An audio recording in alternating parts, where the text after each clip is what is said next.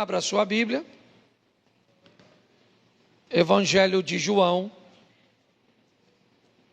capítulo 7. Na verdade, eu vou basicamente narrar para você um pouco do 7 e do 8. Coloca para mim a partir do verso 1. Isso aí. João 7, 1. Passadas essas coisas, Jesus andava pela Galiléia, porque não desejava andar pela Judéia, visto que os judeus queriam matá-lo. E a festa dos judeus, chamada Festa dos Tabernáculos, estava próxima. Então os irmãos de Jesus se dirigiram a ele e disseram: deixe este lugar e vá para a Judéia, para que também os seus discípulos vejam as obras que você faz. Porque se alguém quer ser conhecido, não pode realizar seus feitos em secreto. Já que você faz essas coisas, mas manifeste-se ao mundo. Acontece que nem mesmo os irmãos de Jesus criam nele.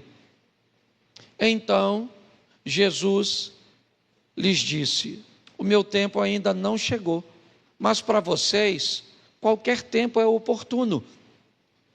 O mundo não pode odiar vocês, mas a mim ele odeia, porque eu dou testemunho a respeito dele, dizendo que as suas obras são más. Vão vocês à festa. Eu não vou, porque o meu tempo ainda não se cumpriu. Tendo dito isso, Jesus continuou na Galiléia. Depois que seus irmãos tinham ido à festa, Jesus também foi, não publicamente, mas em secreto. Ora, os judeus o procuravam na festa e perguntavam: onde estará ele? Feche os seus olhos. Senhor nosso Deus e Pai, em nome de Jesus, eis aqui a tua palavra. Continua falando conosco pelo poder do nome de Jesus. Amém. Glória a Deus. Amém. Eu quero falar um pouco com vocês hoje. Como conviver num ambiente de incompreensão? Como conviver num ambiente onde o seu modelo de vida se diferencia dos demais? Como se comportar num ambiente onde as pessoas não conseguem entender o que você faz, não conseguem entender como você se comporta, não conseguem entender como as coisas estão acontecendo com você, sejam essas coisas positivas ou negativas. Muitas vezes as coisas positivas, elas podem ter que enfrentar uma incompreensão, trazendo à tona um imerecimento de quem vive, buscando localizar falhas e erros, cujos quais desqualifiquem você de vivenciar tudo isso. Se você vive coisas que não são positivas, vive dor, perdas e muitas vezes caos, também pessoas vão procurar alguma coisa que te qualifiquem para vivenciar tudo isso. Você vivencia isso porque está com esse estilo de errado, porque fez isso, porque fez aquilo. Ou seja, a incompreensão é algo que nós podemos enfrentar em qualquer ambiente. Então eu quero começar com esse texto e depois nós vamos a João 8. O texto que lemos, não sei se você notou, Jesus está na Galiléia, provavelmente em Nazaré. Está vivendo com sua família. E ele não vai para a Judéia, porque as outras vezes que esteve lá, tentaram matar Jesus. Então Jesus optou por não ir para lá, para não ser morto. Eu não sei se você observou, mas os discípulos de Jesus não estão com ele nessa ocasião. Ele está com seus irmãos, que estranhamente chamam Jesus e aconselham Jesus a ir para a Judeia. Olhe bem, na Judeia estão querendo matar Jesus, e Jesus optou em ficar na Galileia. Os irmãos de Jesus chamam Jesus e diz: por que é que você não vai para o lugar onde estão querendo te matar? No mínimo, é estranho se nós não continuarmos lendo e observarmos o que os irmãos de Jesus pensam a respeito dele. Primeiro, eles estão confusos, porque viveram com alguém que saiu do mesmo ventre, que recebeu a mesma instrução e que agora começa a fazer coisas, a se comportar de uma maneira bem diferente de seus irmãos. Os irmãos já viram Jesus fazer alguns sinais, já descobriram que ele é capaz de fazer algumas coisas. Então, para sustentar o conselho, para que o conselho não pareça ser tão malicioso, os irmãos vão dizer a Jesus que já que ele faz tudo isso e que ele tem poder para fazer essas coisas tão legais, por que fazer em Nazaré, uma cidade que ninguém costuma frequentar? Por que fazer num lugar tão secreto? Todo mundo que faz coisas tão grandes deve ganhar notoriedade.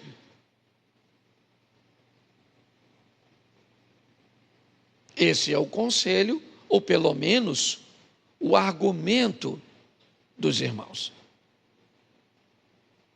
Se nós olharmos isso mais a fundo, vamos descobrir que Jesus não está com seus discípulos na Judeia, porque ele está jurado de morte na Judeia e não quer que seus discípulos corram perigo por causa de sua presença. Se olharmos os irmãos de Jesus, vamos ver que os irmãos de Jesus estão impulsionando Jesus para um lugar de perigo.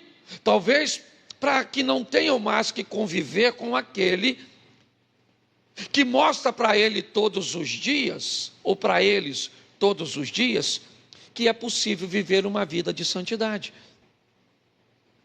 Jesus não era um crente que ficava dizendo para seus irmãos tudo o que eles faziam de errado. Essa não é a postura de um crente de verdade. A postura de um crente de verdade é viver uma vida que mostre para as pessoas que é possível vencer o pecado e viver uma vida decente. É assim que se porta o verdadeiro cristão. Não que isso não vai incomodar, porque quando você convive com o estilo de vida correto perto de quem não consegue, você não precisa acusar essas pessoas verbalmente. Seu comportamento e seu estilo de vida já é altamente acusador. Então pare de perguntar porque você trabalha num lugar e tem um estilo de vida e as pessoas muitas vezes não gostam do seu estilo e você não acusa ninguém. Acusa sim. Você é um testemunho vivo de que nós conseguimos viver uma vida santa na presença do Eterno. Amém? Isso. Mas aí Jesus diz a seus irmãos: não é chegada a minha hora de ir para lá. Faça o seguinte, vão vocês. É hora de vocês, podem ir. É a festa dos tabernáculos. Ela vai estar acontecendo. Jerusalém vai estar cheia de pessoas. Vão vocês. E eu não sei se vocês observaram, mas assim que os irmãos de Jesus saem, o texto diz que Jesus foi. Ele também foi para Jerusalém. E por que é que ele não foi com seus irmãos? Pelo mesmo motivo que não estava com seus discípulos. Enquanto os irmãos de Jesus querem ver Jesus morto, Jesus não quer ver seus irmãos em perigo. Jesus pensa o oposto das pessoas que pensam o oposto dele.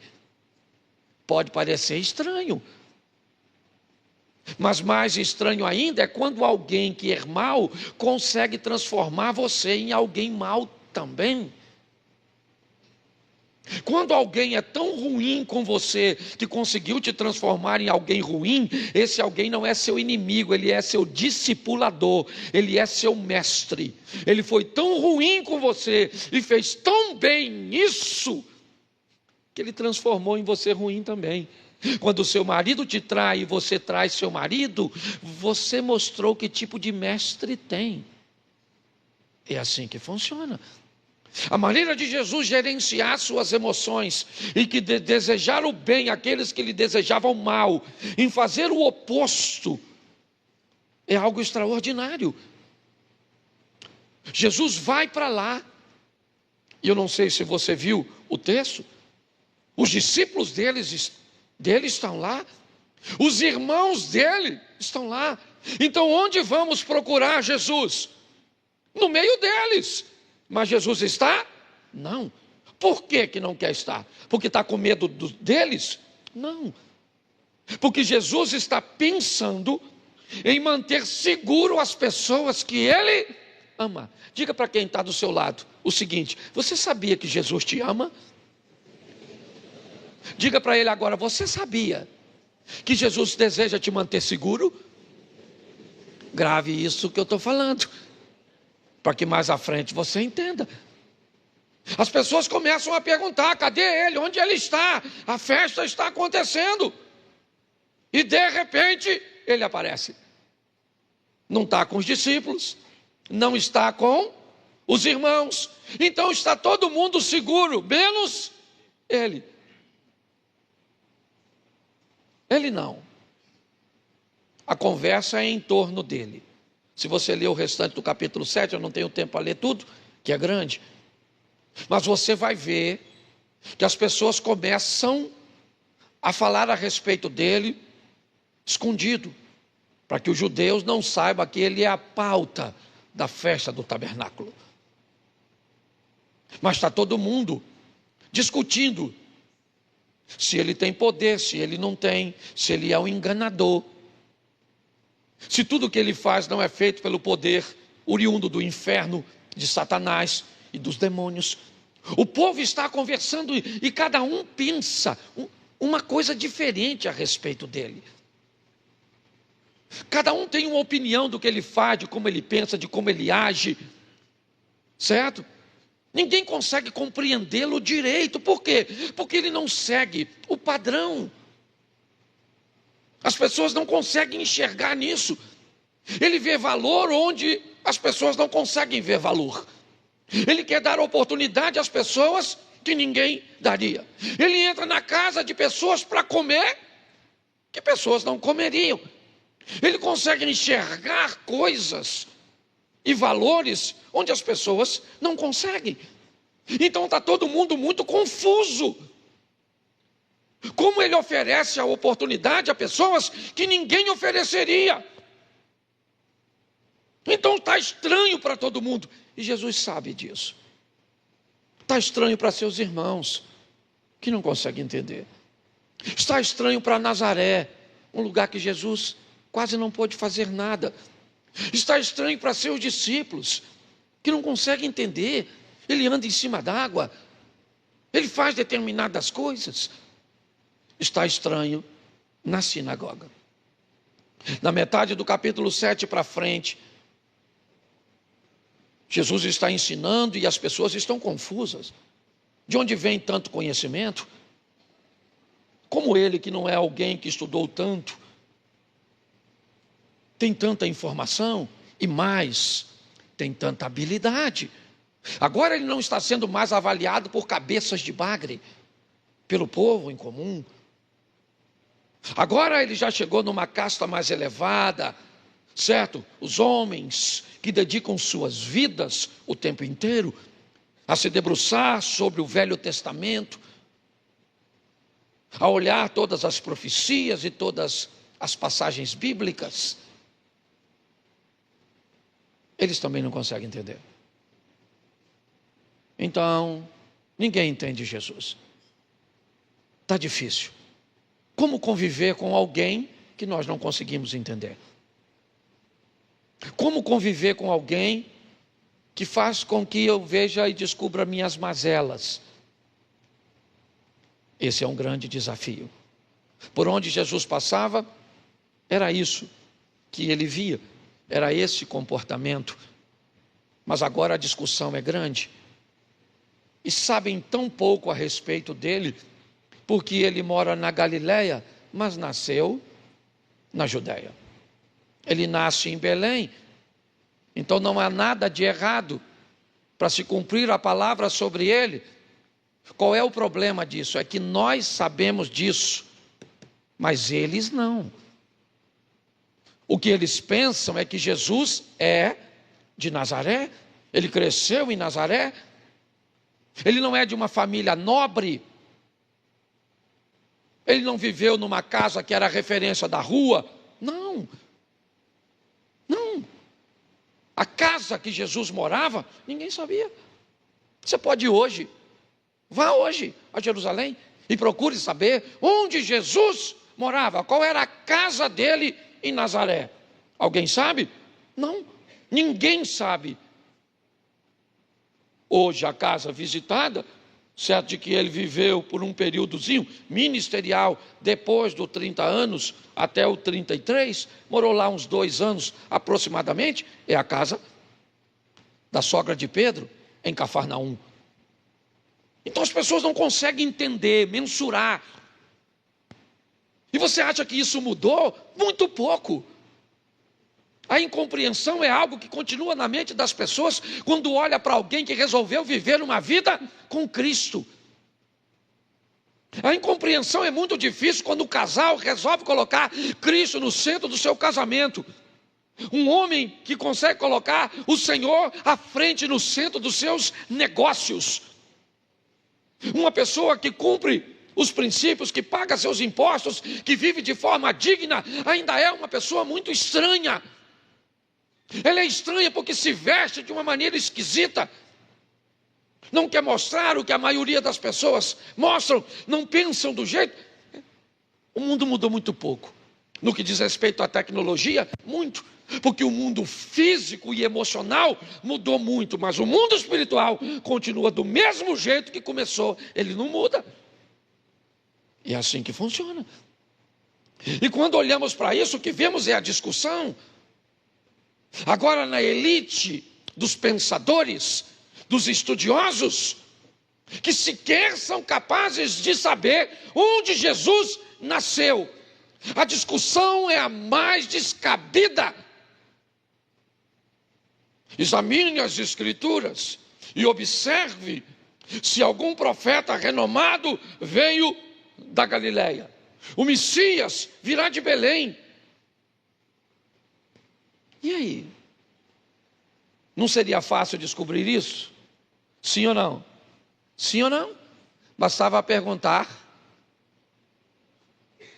a mãe. Ele nasceu onde?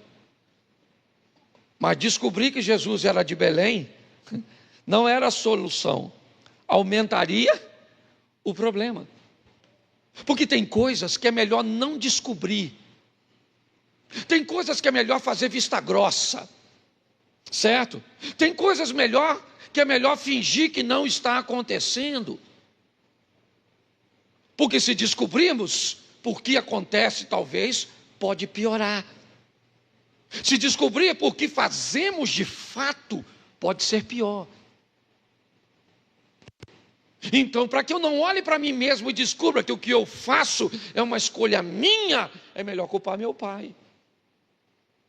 É melhor culpar minha mãe. É melhor culpar um trauma. É melhor culpar o pastor, o vizinho, o cônjuge. É melhor. Fica mais suave. Eles não enxergam porque não querem enxergar. Um dos camaradas que caminha com eles, Nicodemos, venceu isso e no capítulo 3 do Evangelho de João, encontra-se com Jesus. Ele faz parte do fechamento do capítulo 7. Certo? Porque Nicodemos começa a tentar defender Jesus, dizendo: é costume nosso defender um homem sem antes ouvir o que ele tem a dizer. O que Nicodemos está dizendo é muito simples: vamos trazer Jesus até aqui e vamos perguntar a ele, e vocês, né? Provavelmente ali ele está dizendo, e nós vamos ver o que ele tem a dizer, ainda que o Nicodemo já tenha visto no capítulo 3. E aí novamente, alguém diz: examine-se, isso é coisa, aceitar este homem, esse impostor, é coisa desse povo que nada sabe. Algum dos nossos creram nele? Nicodemos sim, mas não teve coragem de falar. O versículo termina, coloca 51, eu acho que é 51 a 52, não sei até onde vai João, o último versículo, do 7, 53, e cada um foi para a sua, acabou. Cada um foi para a sua casa. Mas no capítulo 8, a história muda. O personagem central continua sendo Jesus. O objetivo dele continua sendo o mesmo de hoje. Protegeu e salvou seus irmãos, não os conduzindo. Protegeu e salvou seus discípulos, não estando com ele. Mas no capítulo 8, coloca o verso primeiro. Jesus, no entanto, foi para o Monte das Oliveiras. De madrugada voltou novamente para o templo. E todo o povo se reuniu em volta dele. E Jesus, assentado, os ensinava. Então, os escribas e fariseus trouxeram à presença dele uma mulher surpreendida em adultério, e fazendo-a ficar de pé no meio de todos, disseram a Jesus: Mestre, essa mulher foi surpreendida em flagrante de adultério. Na lei, Moisés nos ordenou que tais mulheres sejam apedrejadas. E o Senhor, o que tem a dizer? Olha para mim, novamente. Vamos observar que Jesus vai entrar em cena novamente.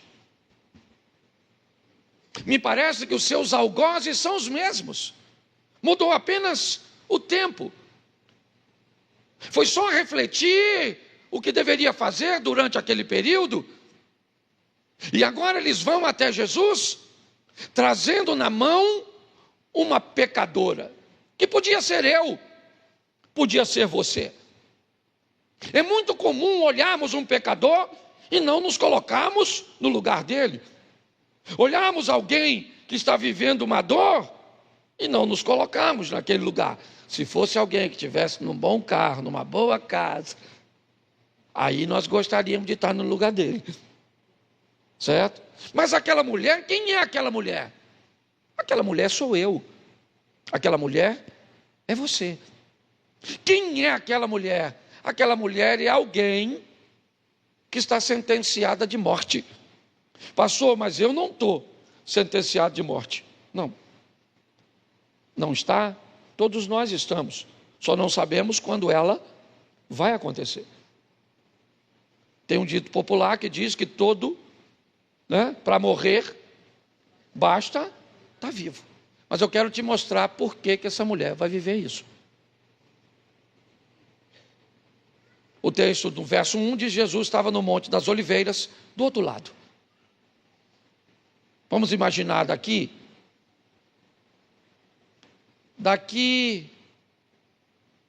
um pouco depois da Praça da Pedreira, da Mantiqueira, talvez? Um pouco depois. Monte das Oliveiras, você está de frente para o outro lado. Jerusalém está do outro lado. Basta descer o vale e está do outro lado. Jesus veio para o lado de cá e ele está orando a madrugada inteira. A Bíblia diz que aquilo que fazemos nas trevas, às escuras, uma hora vai aparecer. Tudo vai vir para a luz. É assim que funciona. Jesus está orando no monte e uma mulher está com um homem que não é dela na cama. A madrugada era a mesma para os dois, para a mulher e para Jesus. Qual é a diferença? Que um é o Salvador, o outro é o pecador. O que o pecador deveria estar fazendo? Pecando. E o que o Salvador deveria estar fazendo? Salvando. Isso vai mudar porque o pecador, quando encontra com o Salvador, não leva o Salvador para o inferno, mas quando o pecador encontra com o Salvador tira o homem do inferno. Escreve o nome desse homem, dessa mulher no livro da vida. O caminho vai se cruzar, mas é importante entendermos isso. O que ela está fazendo? Pecando. O motivo que a fez, não estou aqui para... Agora, diga-se de passagem, a lei do Moisés dizia que a adúltera deveria morrer a pedrada, sim ou não? E eu te pergunto, a mulher que estava adulterando sabia dessa lei, sim ou não? Sim ou não? Então ela queria morrer? Fala sério. Vou aqui contextualizar por dias de hoje, de olho fechado, para não parecer que o pastor está... Um cara solteiro, que namora, que está noivo, quando ele está fazendo aquilo lá, que os casados quase não fazem, mas sabem o que é. Ele está querendo morrer? Sim ou não? Não, ele não está querendo morrer não. A pessoa quando peca, ela não está nem pensando na morte. Então a dona está lá, vivendo a vida dela, sim ou não? Estava dando algum prazer para ela, momentâneo? Sim, então a dona está lá. A noite está escura para os dois. Para Jesus e para ela. Tá certo? O que estão fazendo é que é diferente. Então amanheceu para Jesus.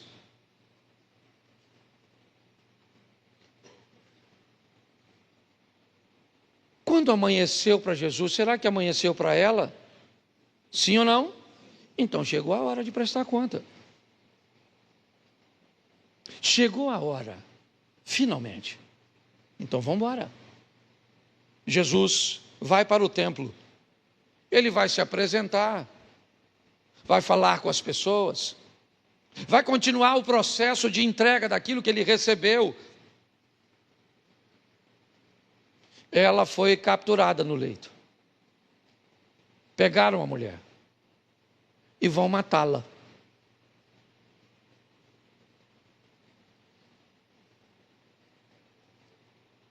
Ela até mereceria morrer.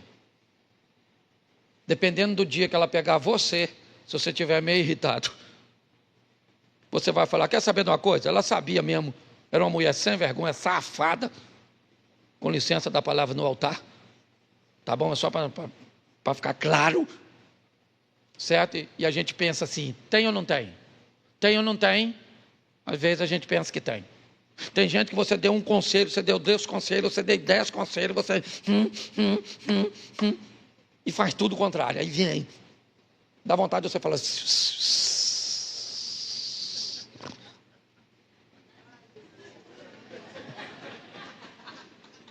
dá vontade de você falar, vá para o inferno, miséria, dá ou não dá? Dá vontade, você está sem paciência, você olha e diz assim, essa pessoa merece ou não merece? Não merece não, não merece não, peraí, poxa, é só impulsionar você, você já vira discípulo do chifrudo? Não merece não, não merece não, a pessoa errou, falhou, mas ela não foi criada por Deus para ir para o... Então nós não somos agente de condenação, nós somos agente de salvar, nós não somos cúmplice, entendeu? Aí não, poxa, todo mundo pega, eu vou pegar também, todo mundo faz, eu vou fazer. Aí não. Esse dia o cara falou comigo que ia fazer eu já falei isso aqui, ia fazer um gato no meu relógio, Samuel. Eu falei, gato, e estava caro aquela época de bandeira vermelha, sabe? Lembra? Falei, um gato. Esse dia a gente estava até conversando sobre gato. Aí eu falei, gato. Quando ele falou economia, eu falei, gato. Gato é de Deus, não é? Gato é de Deus. Nossa, ele falou, pastor, o senhor paga quanto? Eu falei, quanto pagava? Ele reduziu assim nos 70%. Eu falei, miau. Caraca, falei. A primeira, aí ele veio com os argumentos. Porque pensa assim, pastor. A gente já paga imposto em tudo. Eu falei, é mesmo. O pessoal nas comunidades gasta energia demais e a gente que paga, o senhor não acha injusto? Eu falei, acho mesmo. O cara é bom no gato. E o gato nem era caro. Isso porque aquilo que vai te levar para o inferno não precisa ser caro. E eu já estava com gato.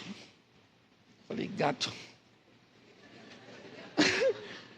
Por que o senhor fala isso? O senhor tinha que ter vergonha? Não tenho. Eu tenho vergonha quando eu faço. De sentir eu não tenho, que eu não sou super-homem. Tem uma coisa aqui por cima? Não tem. Eu não sou super-homem. Eu sou gente. E você também é. Então tem dia que você vai querer matar seu marido. Esganar seu filho. Tem dia que você está... Mas você fala assim... Foi na cruz, onde o dia eu vi meus pecados. O que é isso? Isso é ser gente. Tem dia que você olha para o seu marido e diz, eu não quero. Não quero mais isso. Ele olha para a senhora e diz, acabou. Eu não quero essa bruxa. Eu não quero vir mais à igreja. Eu não quero. Eu estou cansado de crente. Estou por aqui com crente. Não precisa levantar a mão, mas eu sei. Porque eu sou gente. Certo? Então é importante a gente entender isso. A mulher merecia ir para o inferno, se lascar, morrer, sim ou não? Eu ainda não consegui convencer, Xará. Se eu continuar pregando, porque primeiro alguém falou que merecia. Aí eu argumentei, perguntei de novo. Não sei. Prefiro não me envolver nesse assunto. Tá certo? Vamos imaginar a mulher pega por esses homens, lembra? Escribas e fariseus, a mesma turma que estava com Nico. Lembra no final do versículo 53 do capítulo? Lembra? Os caras todos lá vão dar pedrada nessa dona. Isso, traidora, infratora. Pensa, ela andando, tinha que tirar para fora dos muros da cidade para matar. Pensa ela, coitada, devia estar seminua porque foi pega em flagrante. Pensa. Aí ela vai andando, sendo conduzida, devia ter uns meninos, adolescentes, olhando. Falando, não mata não, a dona legal dessa, Ana, maneirinha. Também devia ter uma mulher casada, olhando, pensando o quê? Mata mesmo. Essa magrelinha, gostosinha, isso aí. Lada de homem. Devia ter uns homens, sim ou não? Pensando o quê? Eu não quero me meter nisso. Me deixar fora, não foi eu que peguei. Certo? Devia ter uns idosos falando o quê? Mata mesmo, não faço mais nada. Não. Tem de tudo, gente, tem de tudo. Quando... Nossa, você que está visitando, perdoa. O pessoal daqui já está acostumado, né, Bruno? Mas presta atenção, tem de tudo. Quando você cai, tem gente que torce para você se erguer, sim ou não? Tem gente que fica feliz porque você caiu, sim ou não? Então tem de tudo. Nós temos que sobreviver nesse ambiente de crente. O que o crente tem? Uma pedra na mão. Todo mundo falando, vou dar uma pedrada nessa maluca. Pega a pedra aí, maluco. Vou dar uma pedrada na cabeça dessa miserável, que você vai ver só. E todo mundo indo para lá, taca a pedra na dona. E vão levar a dona para quem? Para quem? E Jesus é especialista em salvar. Não está afim que ninguém morra. Certo? Até o ladrão da esquerda não era para ter ido, pô. Era para ter se dado bem. Estou falando, Jesus podia salvar. Certo? Podia ou não podia? Eu não estou falando de política não, tá bom? Hoje se a gente fala esquerda é isso aqui, ó, isso aqui é esquerda, isso aqui é direita, isso aqui não é Bolsonaro, isso aqui é direita, isso aqui não é Lula, não tem Lula aqui, não tem. Então, pelo amor de Deus, deixa a política lá fora. E hoje você falou, não, você já está falando do Lula, já vão embora dessa igreja, então vá para o inferno, vai não, direito. Não, porque a gente não pode falar mais nada. Já fala, já vira. Aí a gente que está à frente de uma igreja, tem gente, certo, que tem apreço pela direita, tem gente que tem apreço pela esquerda, e pronto. E todo mundo tem que ir para o céu. Pronto. Não vou nem perguntar se vale um amém. Já tem gente de direita que falou, se ele for, não vou.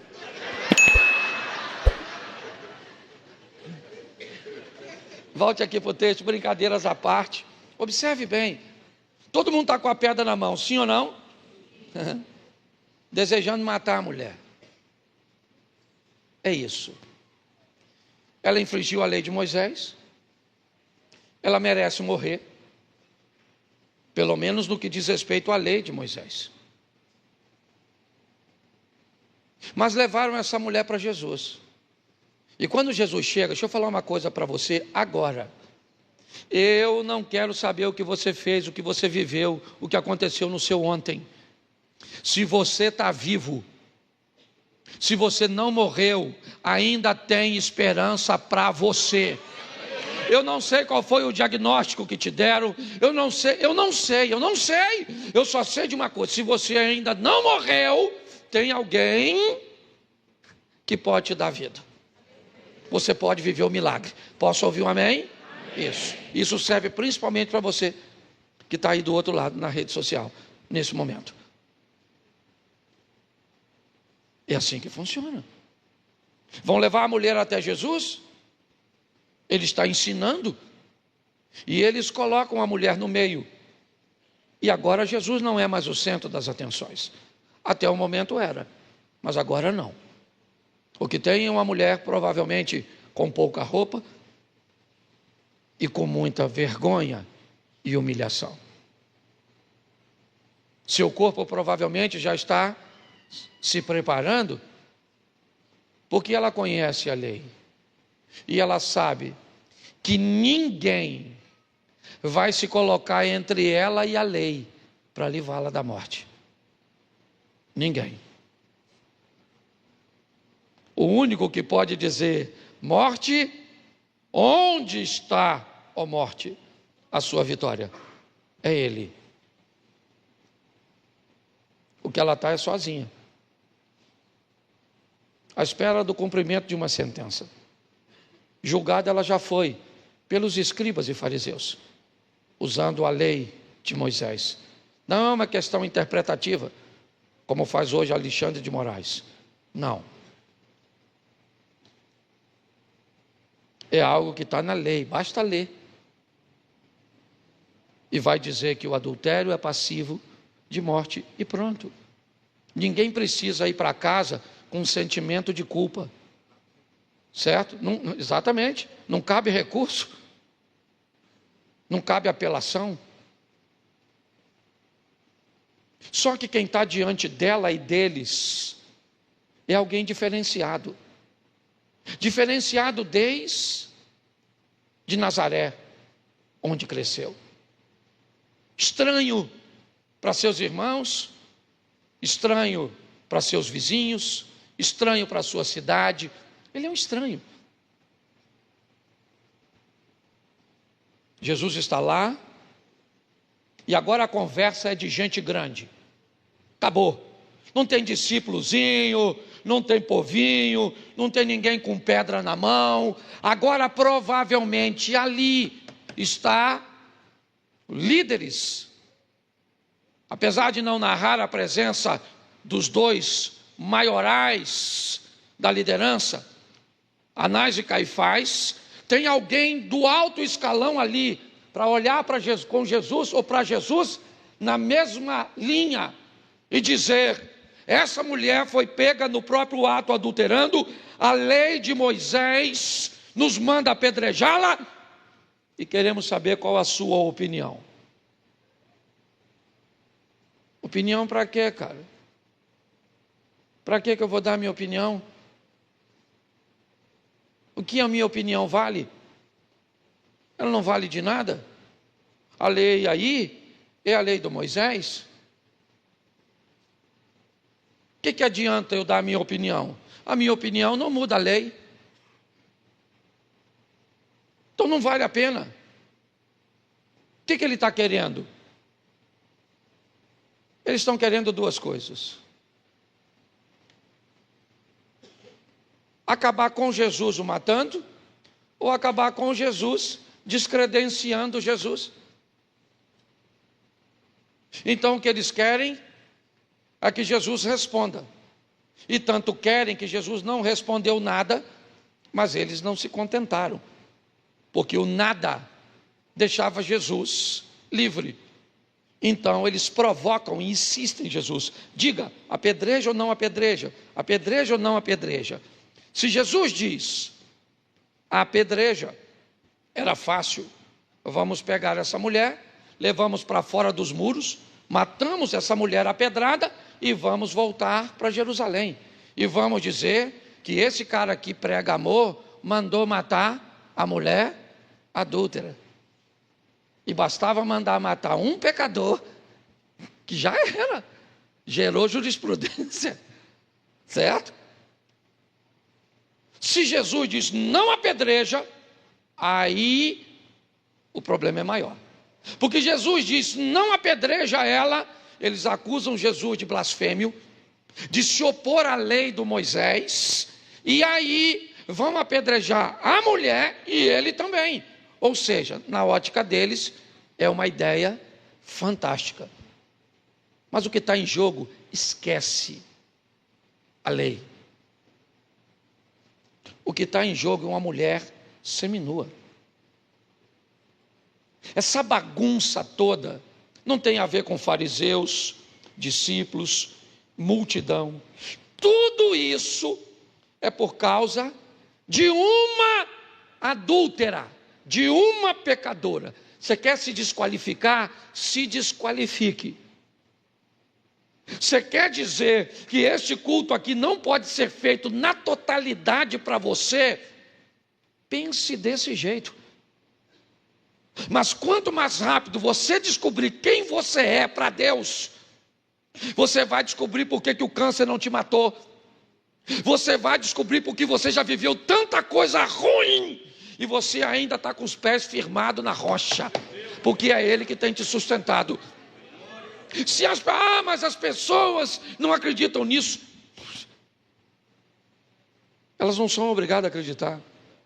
Elas não são. O que nós vemos agora é Jesus quieto, talvez esboçando uma tranquilidade que irritavam. Mas ele se levanta, olha para discípulos, fala comigo, discípulos, olha para a multidão, fala multidão, e olha para escribas e fariseus, fala escribas e fariseus. Ele levanta e pega todo mundo e diz: aquele dentre vós que não tem pecado algum, atire a primeira pedra. Atire. E baixou a cabeça. E voltou a fazer o que estava fazendo. Aí, ele gerou um problema. Quem atira a primeira pedra?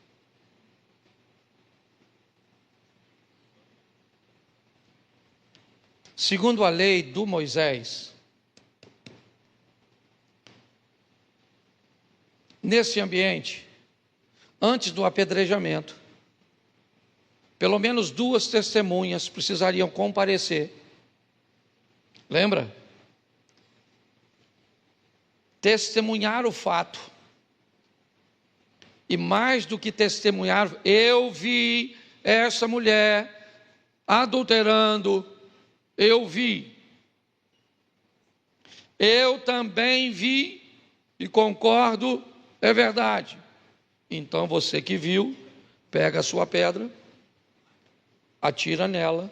O outro que viu, atire. Essa expressão primeira pedra, na verdade, deveria estar no plural, porque não poderia ser uma pedra só, precisaria ser duas, por causa das duas testemunhas. Mas, se alguém atirar uma pedra em alguém de forma indevida, esse alguém estará debaixo da mesma pena, certo? Quando Jesus diz para todos: atire a primeira pedra quem não tem pecado, todo mundo sabia que uma pessoa tinha pecado ali. Quem? Jesus? Sim ou não? Que não tinha pecado. Jesus tinha? As pessoas que estavam ali tinham? Não. Nesse momento, não. Nesse momento só tem uma pessoa que tem pecado. Quem é? A mulher. Porque o pecado dela, a situação apontava toda para ela. E quando um erro aponta para uma pessoa só, ele parece que todo mundo é santo. Então, se tem alguém que todo mundo sabe que é pecadora, é a mulher. Mas quando Jesus disse para atacar uma pedra nela, não pode ter pecado. Em algumas reuniões, depois você lê na Bíblia, Jesus está sentado e uma pessoa está pensando algo a respeito dele, e sabe o que ele falou? O que você está pensando em isso e isso? Sim, a meu respeito. Então a turma já sabe que Jesus sabe o que ninguém sabe. Então, se alguém resolve tacar a pedra, corre o risco. Porque todo mundo sabe que tem. Tu não sabe que tem? Sim, o seu pecado, sim. Vamos imaginar agora se a mulher adulta estivesse aqui. Vamos fazer uma enquete. E eu fosse Jesus. Estou fora. E eu falasse: vem aqui agora e atire a pedra quem não tem pecado. Quem de vocês levantaria? Levante sua mão santa, consagrada ao Eterno agora, porque todo mundo tem. E você deve estar pensando agora: pastor, muda logo o ponto, que se Deus começar a revelar, vai ficar difícil, certo? Todo mundo ficou olhando um para o outro. Quem viu, hein? Foi ele, ó. O Sidney e o Cláudio. Foi eles que viram. Taca. Eles com a pedra na mão, pensa. Que vergonha.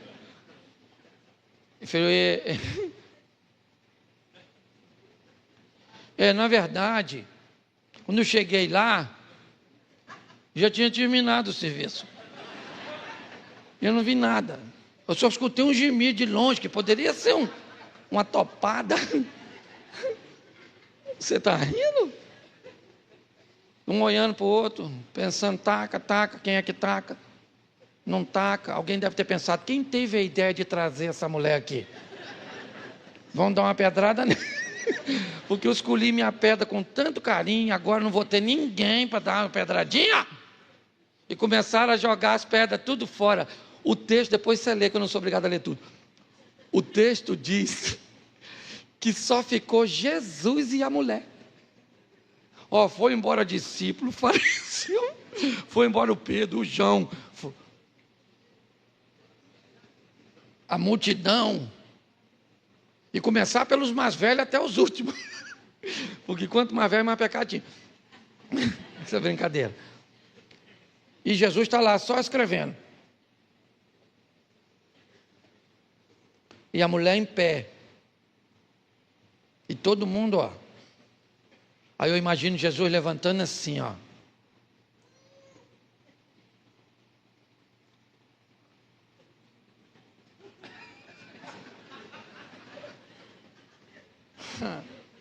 Sabe aquela coisa de Roberto Carlos?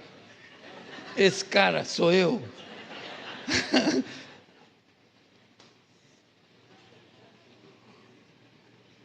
E aí, mulher? Não era tanta gente para te condenar? Lembra? Seu marido, seus filhos, sua sogra. E só eu para te defender, ó. Hã? Eu imagino ela pensando assim: eles têm, né, Senhor? Eles também têm pecado. Os escribas também têm. Até os discípulos do Senhor. Cuidado, hein, que esses discípulos aí. Os discípulos são muito crentes, não. Todo mundo tem, né, Jesus? Ninguém tem autoridade para me dar uma pedrada, né, Jesus? Eu imagino Jesus. Você só precisa da primeira. Se tiver um para te apedrejar. Deixa eu falar uma coisa para você. Olha, nós vamos morrer lutando contra o pecado. Essa mente sem vergonha que nós temos, principalmente mediante a tudo que a gente vê durante o tempo inteiro, é quase impossível. Certo? É quase. Mas nós vamos morrer tentando. Nós vamos morrer lutando, dizendo: eu amo a Cristo. E eu creio que nós vamos nos livrar da maioria dos nossos pecados. E vamos lutar para que sejam todos. E talvez possamos ouvir o mesmo que disse o apóstolo Paulo: querendo ficar livre de tudo, a minha graça te basta. Mas é importante. Hoje eu quero que você saia daqui entendendo o quão importante você é para Deus. Se as pessoas vão entender ou não, se às vezes as situações ou o próprio Satanás vai tentar te convencer, não acredite. Ele veio para salvar seus irmãos, seus discípulos, os ladrões, o endemoniado, certo? A mulher adúltera, certo? Porque Ele quer nos dar uma oportunidade. Eu sei que talvez você possa ter errado. Errado com alguém que você amava. Talvez você possa ter cometido uma falha muito grave. Eu não sei. Você precisa de arrependimento e não de remorso. A dor é bem parecida. A diferença da dor do arrependimento é que ela te impulsiona a prosseguir. E a dor do remorso te impulsiona a desistir. Acredite que ainda dá tempo. Acredite que Ele foi aquele madeiro para salvar seus irmãos, sua mãe, seus discípulos, a igreja primitiva, a igreja da Idade Média e a nós.